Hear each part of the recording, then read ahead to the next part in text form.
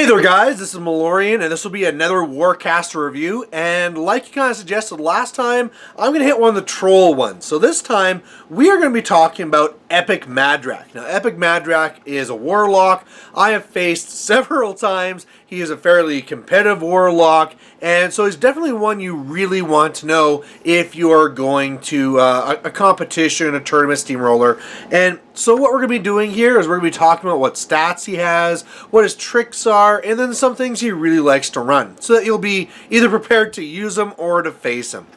Now, stat-wise, he is speed 6, so average, strength 8, mat 8, so really respectable mat, rat 6, and actually his rat will be pretty important for him.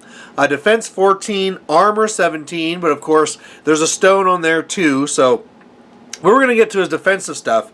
He's also Command 9. Probably his worst thing, he's only Fury 5. That's probably the real thing. It's like, ugh, only Fury 5. That can really hurt, but luckily he has some other parts to him that will kind of make up for it. Now, with this, he has two weapons. Well, it's only one weapon. It's this whole Wrathrock, like, world-ending axe and all this stuff. And it can either be thrown and returns back to him Thor style, or you can also just kill stuff in melee with it. Now, if you throw it, it only has a range of 8, but you do have access to snipe in the faction. And it's POW 7, but that's deceptive, because it's one of those thrown weapons that you add the strength to, so it's really POW 15, which is pretty strong. Now, as well, it also has a magic weapon, so you can throw it at ghosts and stuff like that, but it also has critical grievous wounds. So if you're ever facing hordes, that's a really big deal, because of course against a warlock, you hit them with that, they can't transfer. If you hit a beast, well, they can't be healed. So even if you can't finish off that beast, normally they just be healing up the different aspects. Now they're just kind of stuck. So pretty big deal. It also has this Wrathrock's Awakening, and it says this model gains 1 fury each time it destroys a living enemy model with this weapon. So again, he only has 5 fury, but if he just throws an axe and kills something, he gets a fury back and then has another fury. So thrown-wise, you can really work him out to be like a Fury 6 caster, but this also then goes to melee. So for melee, it's again P plus S 15, very respectable. It has reach, it has that grievous wounds, and again, that Wrathrock's Awakening. And that's again massive, because if you get this guy into a big clump of things, he kills one model, gets a fury. Bind attack, kill a model, get a fury. Kill another model, get a fury. And at mat 8 and POW 15, yeah, he can kill a lot of guys with that. Now, his feat is going to be giving it so that friendly faction models currently in Ironhide's Epic Madrak's control area can immediately make 1 normal melee attack against each model in melee range, or 1 normal range attack. So this is where really he gets a lot of his bread and butter. This is all about really saying, hey, all of my models here, everybody just does a Thresher right now. Hey, everybody, let's do this. But you're only going to attack enemy models, whereas Thresher would hit friendly too. So this can be massive for a couple of different ways. One, if you're being jammed, you pop your feet. You kill everything around you, and then you get to charge in and do your thing. Or you can just run your guys at the enemy, pop your feet, and then get to do your Thresher basically thing way up there, and you have massive, massive threat range. So between those, very big deal. Also remember, there's also that extra range shot. So right away, I mean, Madrak looks like kind of a melee beast. He can also get range assassinations, because POW 15, that's a big deal. And so he can go up there, boost a throw on the enemy caster, hit them, do some pretty good damage, pop feet, throw again. And those 2 throws, yeah, they can really, really hurt. Now, he has tough, which is pretty nice. He also has 2 more rules. And the first one here is Grim Salvation. And this is just such a great rule to have.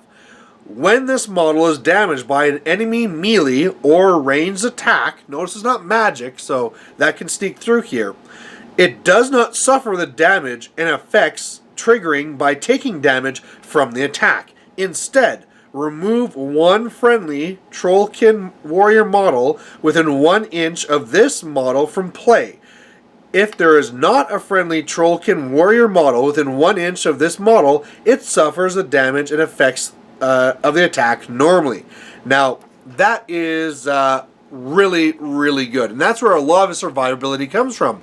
You'll see him taking just a lot of infantry. They'll just run around him, and then even you think like, oh, I see Madrak, I'm just going to shoot him down, or I'm just going to go and melee him, and he's just going to die. Well, no, because you got to realize that each one of those models around him, you got to kill them first, basically. Otherwise, like, oh, you hit me? No, you kill him. Oh, you hit me again? No, now you kill him. Like, it's such a huge thing that if you've never faced Epic Madrak before, it's a huge gotcha because nobody else does this, right? You might see Sucker or something like this where it triggers once per turn, and it might be only for ranged attacks, but for this to happen over and over and over again, it's a pretty big deal. And again, with that Fury, he's only Fury 5, usually Warlocks when I camp a few.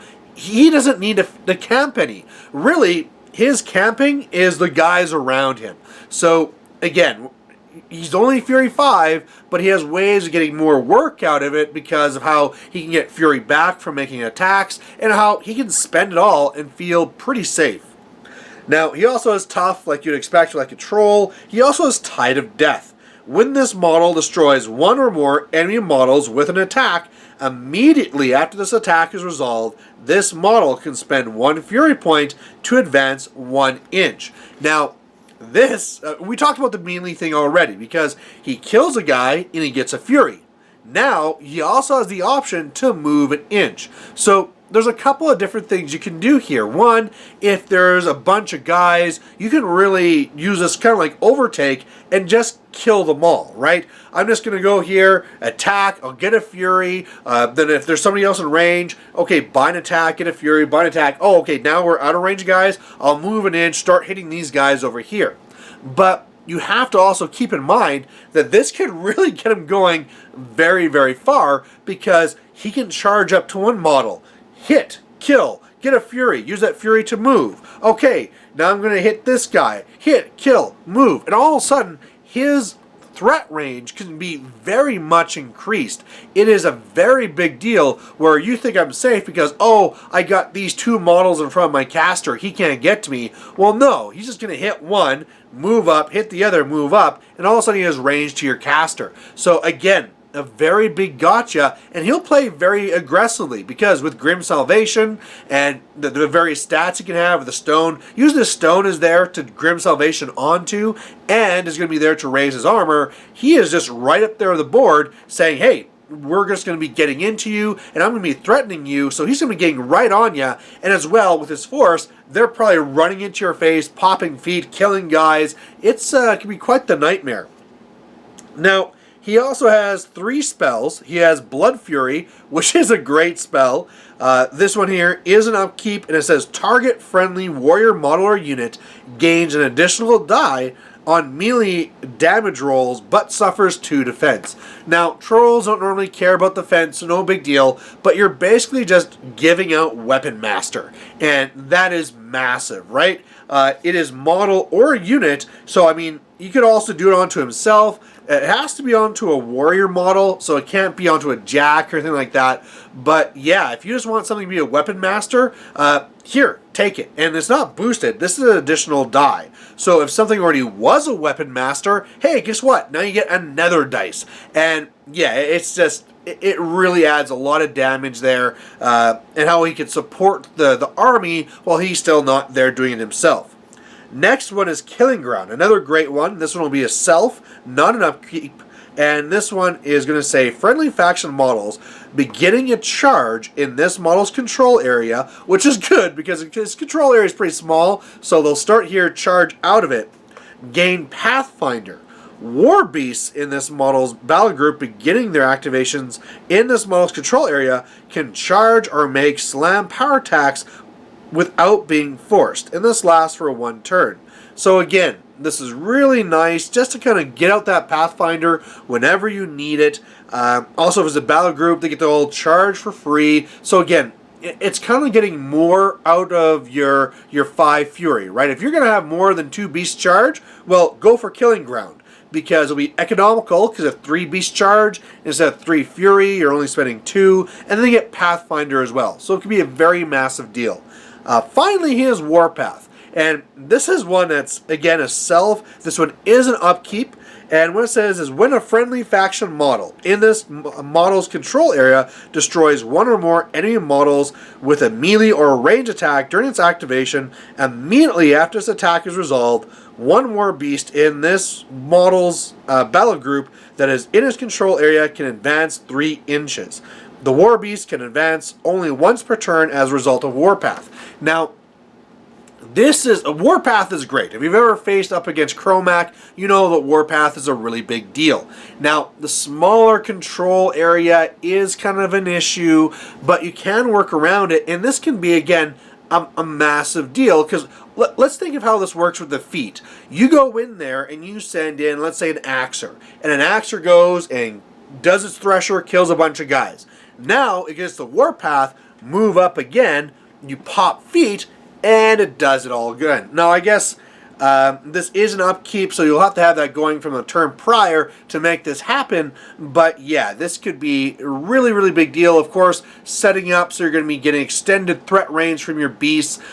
Maybe, with an axe from Madrak, he's going to have up the Warpath. He's going to throw an axe, kill something. That's going to let one of his beasts Warpath up and extend their threat range by 3 inches. So again, really, really adding to his aggressiveness and how he's just going to get in your face. Now, what are some of the things? That's really all we see here. Now, what are you really going to see from Madrak? Well, his beast can be fairly different. He really likes Axers, things with reach. That's really what he wants to see in his force. And that's why you'll normally see Fenblades in his force, for 2 reasons. 1, they all have reach. So on the feet, they get to hit more models.